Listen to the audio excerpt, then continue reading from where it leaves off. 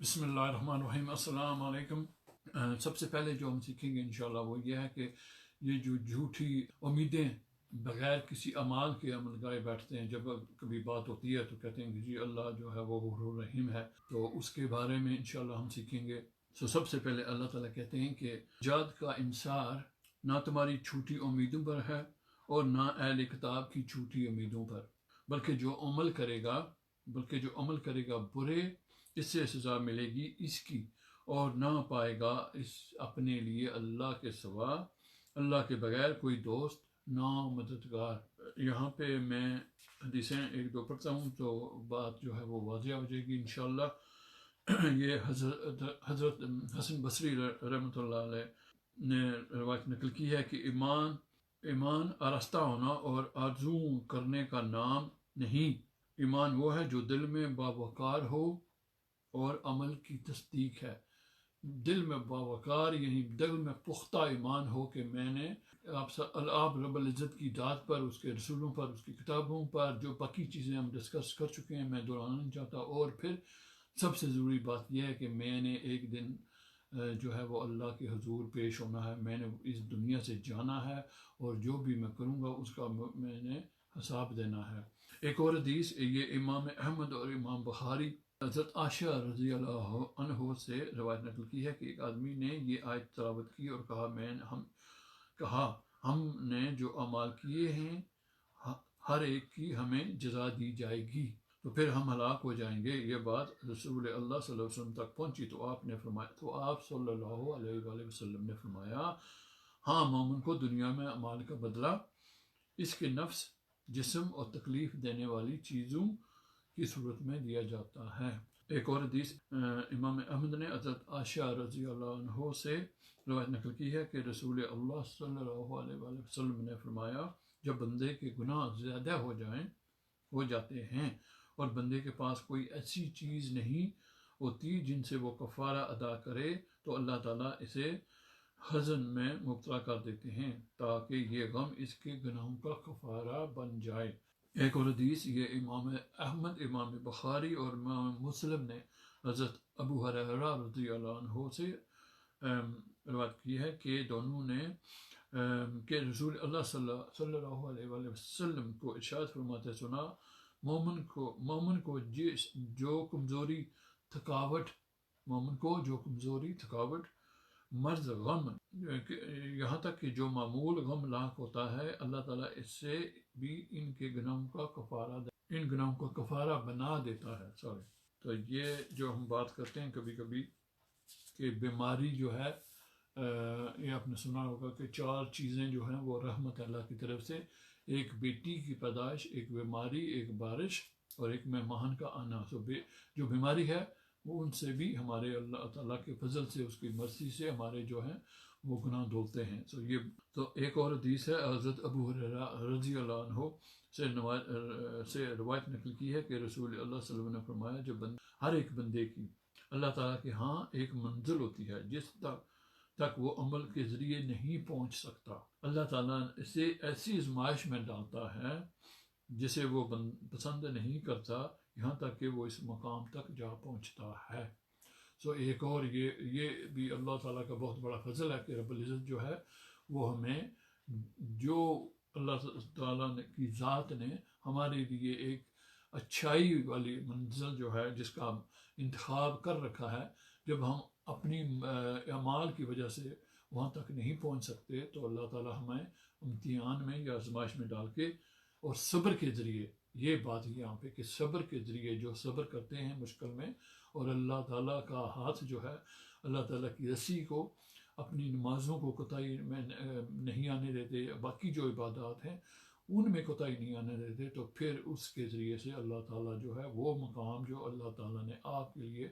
چن رکھا ہے، وہ مقام رب العزت جو ہے وہ دیتے ہیں۔ اور جس نے عمل کیے اچھے، مرد ہو یا عورت، بشرطے وہ مومن ہو، سو وہی لوگ داخل ہوں گے جنت میں اور نہ ظلم کیے جائیں گے تل برابر۔ پچھلی آیت میں اللہ تعالیٰ نے کہا کہ جو برے لوگوں کی مثال دی کہ جو بھی انسان برا کرتا ہے، نجات صرف اچھائی میں ہے. اللہ تعالیٰ ہمیں ان میں سے نہ رکھے جنہیں آخرت میں بھی اللہ تعالیٰ ہماری برائیوں کی وجہ سے، ہماری ناکامیوں کی وجہ سے، ہماری نافرمانیوں کی وجہ سے اللہ تعالیٰ ہمیں کسی مشکل میں جو ہے وہ ڈالیں. آمین. پھر اب یہاں پہ اللہ تعالیٰ کہہ رہے ہیں کہ جو بھی ہو، مرد ہو یا عورت ہو، اگر کوئی اچھا کرے گا تو اس سے اللہ تعالیٰ جنت میں ڈالیں گے، اور کسی نفس کے اوپر کسی کے ذرہ برابر بھی جو ہے وہ ظلم نہیں کیا جائے گا. آیت نمبر 125 and 26. اور کون بہتر ہے دینی لحاظ سے اس شخص سے جس نے جھکا دیا ہو اپنا چہرہ اللہ تعالیٰ کے لیے اور وہ احسان کرنے والا ہو اور پیروی کی ملت ابراہیم کی، اس حال میں کہ وہ ہر باطن سے منہ موڑے ہوئے ہو، اور بنا لیا ہے اللہ تعالیٰ نے ابراہیم کو خلیل. اور اللہ کے لیے ہے جو کچھ آسمان میں ہے اور جو کچھ زمین میں ہے، اور اللہ تعالیٰ ہر چیز کو گھیرے میں لینے والا ہے. یہاں پہ اللہ تعالیٰ جو ہے وہ کہہ رہے ہیں، ایک میں حدیث پڑھتا ہوں انشاءاللہ. حضرت ابن عباس رضی اللہ سے روایت نقل کی ہے کہ اللہ تعالیٰ نے حضرت ابراہیم علیہ السلام کو خلت یعنی خلیل کا لقب دیا. حضرت موسیٰ علیہ السلام کو کلام کا لقب، کلیم اللہ یعنی جو ہم سنتے ہیں علماء سے، اور حضرت محمد مصطفیٰ صلی اللہ علیہ وسلم کو دیدار کے لیے منتخب کیا. ایک حدیث ابن عباس رضی اللہ عنہ نے روایت کی ہے کہ ابراہیم علیہ السلام کا خلت کا شرف، حضرت موسیٰ علیہ السلام کے لیے کلام کا شرف، اور دیدار حضرت محمد صلی اللہ علیہ وسلم کے لیے. حضرت ابو ہریرہ رضی اللہ عنہ نے روایت نقل کی ہے کہ نبی کریم صلی اللہ علیہ وسلم نے حضرت ابن عباس رضی اللہ عنہ سے فرمایا، اے چچا کیا تم جانتا ہے اللہ تعالیٰ نے حضرت ابراہیم علیہ السلام کو خلیل کیوں بنایا؟ حضرت جبریل امین آپ کی طرف اترے، پوچھا ہے خلیل کیا تو جانتا ہے تجھے کیوں خلت عطا کی گئی؟ فرمایا ہے جبریل علیہ السلام میں تو کچھ نہیں جانتا. تو جبریل امین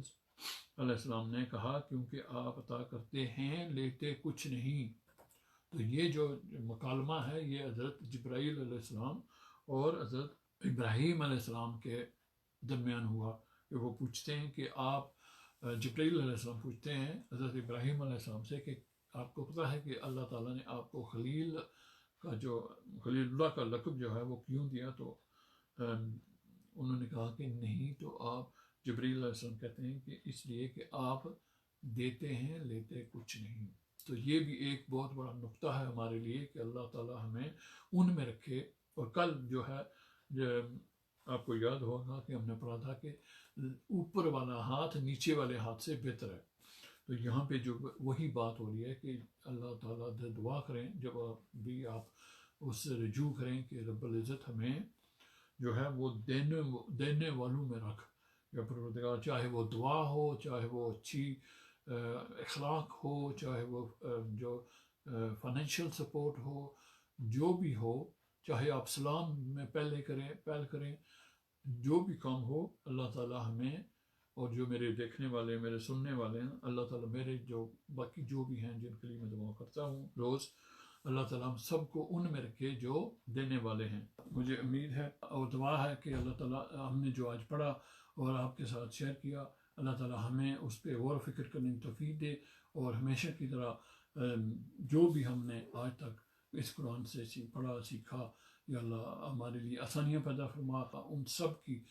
جو بچے، مرد، عورتیں، بوڑھے، بچے، سب کی اللہ تعالیٰ جو ہے جہاں کہیں بھی تھے دنیا کے کسی کونے میں، اللہ تعالیٰ ان سب کی دعاؤں کو قبول فرمائے، اور ان کے صدقے، کسی اچھے انسان کے صدقے، کسی اپنے نیک بندے کے صدقے رب العزت جو ہے وہ ہماری دعاؤں کو بھی قبول فرمائے. اور اللہ تعالیٰ ہماری جو بھی دنیا میں کہیں بھی ہیں انسان، وہ بے روزگار ہیں، بے بس ہیں، کمزور ہیں، بیمار ہیں، اللہ تعالیٰ ان پر سب کو کہ اللہ تعالیٰ اپنا خاص فضل فرمائے، اور اللہ تعالیٰ ہماری مشکلات کو آسان فرمائے. اپنے بھائی کو اپنی دعاؤں میں یاد رکھنا. السلام علیکم.